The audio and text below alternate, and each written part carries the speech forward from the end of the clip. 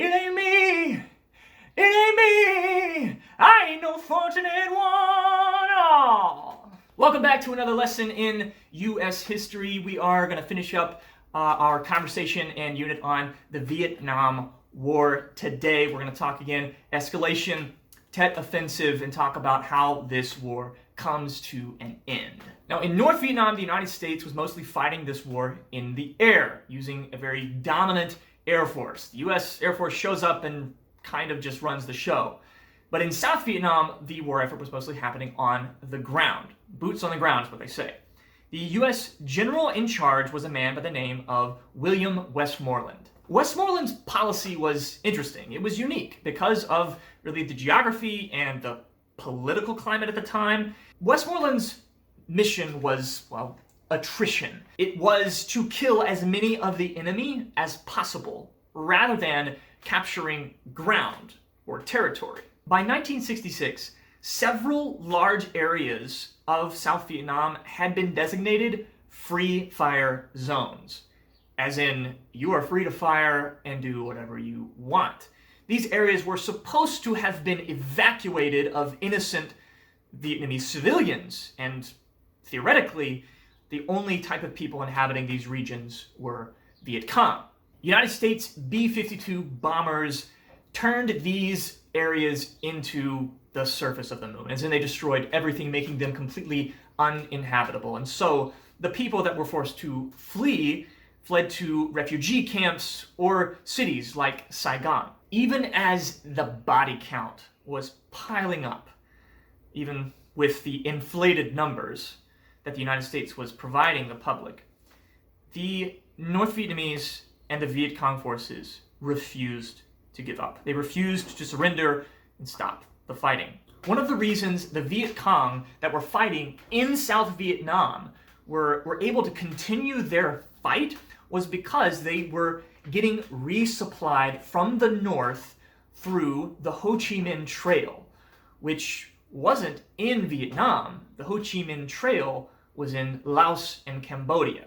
It was a trail that sort of swung around North Vietnam into South Vietnam, and the Vietnamese forces used this trail to funnel supplies to the Viet Cong fighting in South Vietnam. Additionally, North Vietnam was being supported by China and the Soviet Union, and those supplies would make their way to support the Viet Cong as well. By November of 1967, the number of American troops in Vietnam had grown to about 500,000, and the casualty count had climbed as well, over 15,000 dead or wounded. As the war dragged on, even soldiers began to mistrust and second guess the government's motivation for keeping them in Vietnam. And it became a, well, morbid joke that for high school male seniors, for their graduation gift from President Johnson, they got a free trip to Vietnam. One of the interesting differences between World War II and Vietnam was media access. In World War II, media access was limited and heavily censored. And in Vietnam, it was much less so. So when photographers took pictures after a battle, or after a village was bombed with napalm, Americans saw that, and over time began to second guess, what are we doing here? Why are we blowing up these people halfway around the world? And so protest began to amp up. Anti-war protest across the country, from Washington, D.C. to college campuses around America. In October of 1967, 35,000 protesters marched on the Pentagon to protest. President Johnson really lost American support when Walter Cronkite said live on television, "I thought we were winning the war." And the truth was, if you looked at the numbers, it looks like we're winning. Or we're at the very least not losing. But are the Vietnamese anywhere near surrendering? The answer is no. And things come to a head in 1967 during a holiday known as Tet in Vietnam. While the North Vietnamese were committed to fighting this war, they were getting tired of this as well. And so they decided to launch a massive offensive against South Vietnam. Their goal is simple: make the United States give up hope. On January 31st of 1968, 70,000 North Vietnamese forces and Viet Cong troops all across South Vietnam attacked. They attacked everywhere, from every direction, from the trees and the bushes to the streets, from homes. More than 100 cities were attacked in South Vietnam. The United States and South Vietnam troops were taken by surprise, but countered, and they countered effectively. The North Vietnamese and Viet Cong troops that had attacked weren't able to hold a single target for more than a day or two. So by all military measurement, the Tet Offensive was a failure. But by political and media measurement, the Tet Offensive proved to people that this war is nowhere near ending, and it's time to come home. What was most shocking to many Americans was, after the Tet Offensive, General Westmoreland requested another 200,000 American troops. This seemed to contradict what he was saying before, which was that victory was imminent. Then in 1968, in an effort to initiate negotiation, Johnson called a halt to the bombing in North Vietnam. Peace talks began between the United States, North Vietnam, South Vietnam, and the NLF in Paris. But eventually, those peace talks came to an end, an impasse. They weren't getting anywhere. And so the violence and the fighting continued. In 1968, Richard Nixon was elected president of the United States. Nixon had been the vice president of Dwight Eisenhower. He had lost against JFK, but now he's back and he's on the scene to show America his plan for how to deal with Vietnam. Nixon was serious about continuing the war effort and winning the war. Despite all the media and the protests that were happening across the country, Nixon spoke about something he called the silent majority, the Americans that aren't speaking up, that aren't going out to march and protest. He thinks that there are more of them that do support him and the effort in Vietnam. And it turns out he was kind of right. He did get elected president. Nixon's approach was called Vietnamization.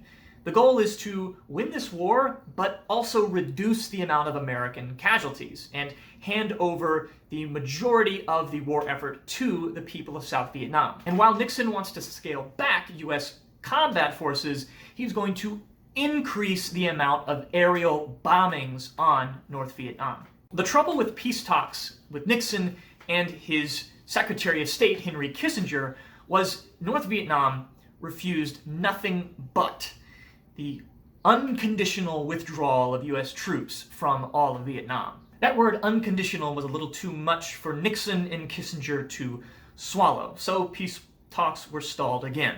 In March of 1968, a report reached the public that there had been an attack on a Vietnamese village in My Lai, and that 400 unarmed civilians had been killed by American soldiers. This shocked and horrified the public, and the anti-war protest escalated. In March of 1969, the largest anti-war protest in American history took place in Washington, D.C. 250,000 people went out to protest the Vietnam War. In May of 1970, at a protest at Kent State University, 4 students were shot and killed by members of the National Guard. Later, 2 more students were killed by police at Jackson State College in Mississippi. In June of 1972, new peace talks had resumed. A treaty had been drafted, but the leadership in South Vietnam rejected it.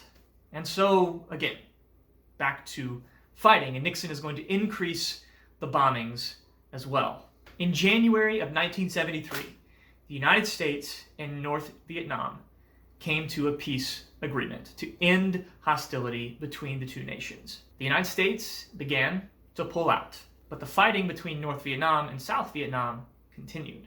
And in April of 1975, North Vietnamese forces invaded South Vietnam, drove back their troops, and then captured the city of Saigon. In 1976, Vietnam was officially reunified and renamed the Socialist Republic of Vietnam. The effects of the Vietnam War in the United States lasted long after the war's ending. The United States had spent over $120 billion on the war effort.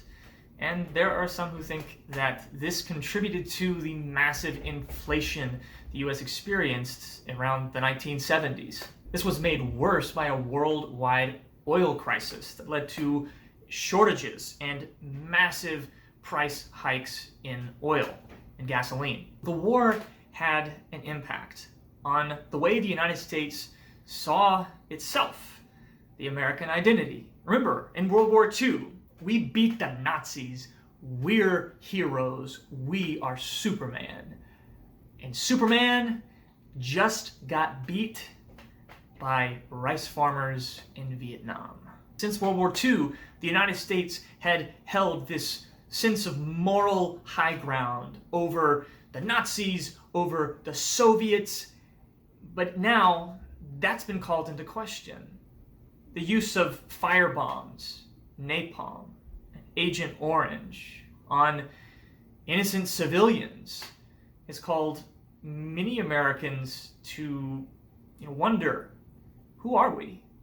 Is this who we are? In 1982, the Vietnam Memorial was revealed in Washington, D.C. And today, there are over 58,000 names on that memorial. American men and women killed or missing during the war. The Vietnam War was controversial, as is its legacy and the way historians interpret what happened. But as far as what should or shouldn't the United States have done about Vietnam, thinking back to the 50s, the 60s, and the 70s, all of that I leave to you to decide. Hopefully, some of this history is helpful and can guide some of those thoughts and help you lead to some conclusions. That's all for today. Thank you for watching. I love you all. Make it a great day.